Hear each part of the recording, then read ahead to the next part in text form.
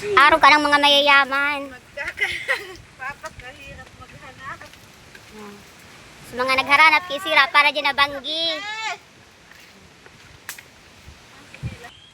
Ikagut. Sakto lang.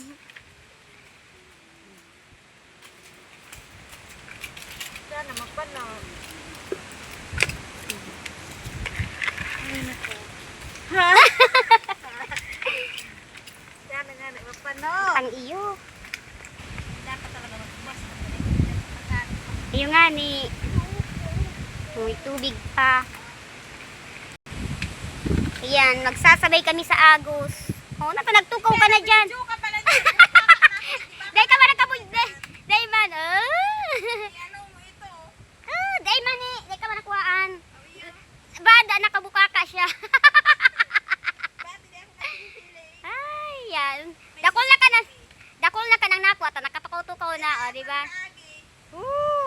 Ano, di nakakabuhat. Basog. Ayan. Ganito kahirap maghanap ng ulam. Pero, sulit naman pag nakakakuha ka. At saka, bihira lang naman to. Kasi nga, ayan ko. Ayan. Iintayin mo pang magka low tide bago ka makakuha ng seashell.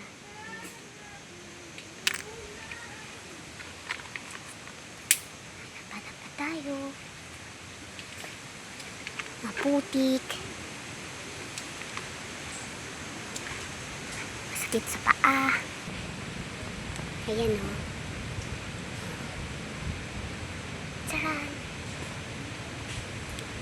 Yan, masarap tong gisa.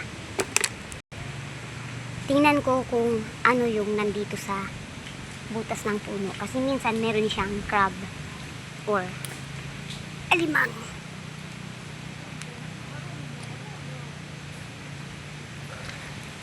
Wala. Ayan. Tingnan nyo. Tingnan nyo. Tcharan! Tapos meron pa kong kukunin.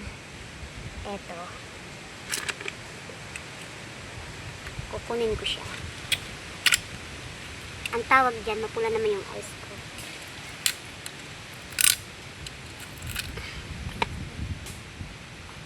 Yan.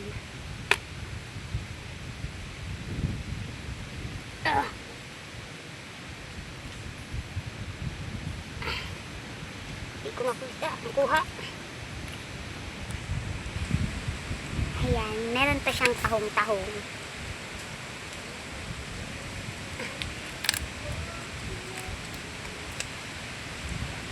Ayan o, ang laki eh. O, ang laki. May isa pa.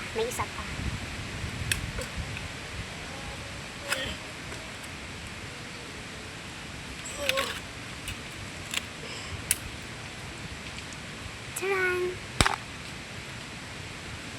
Yan, dyan siya nakatago sa mga puno, butas ng puno. Ayan.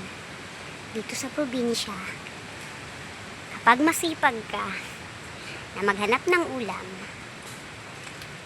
lalo na pag low tide, may makukuha ka kapag masipag ka lang.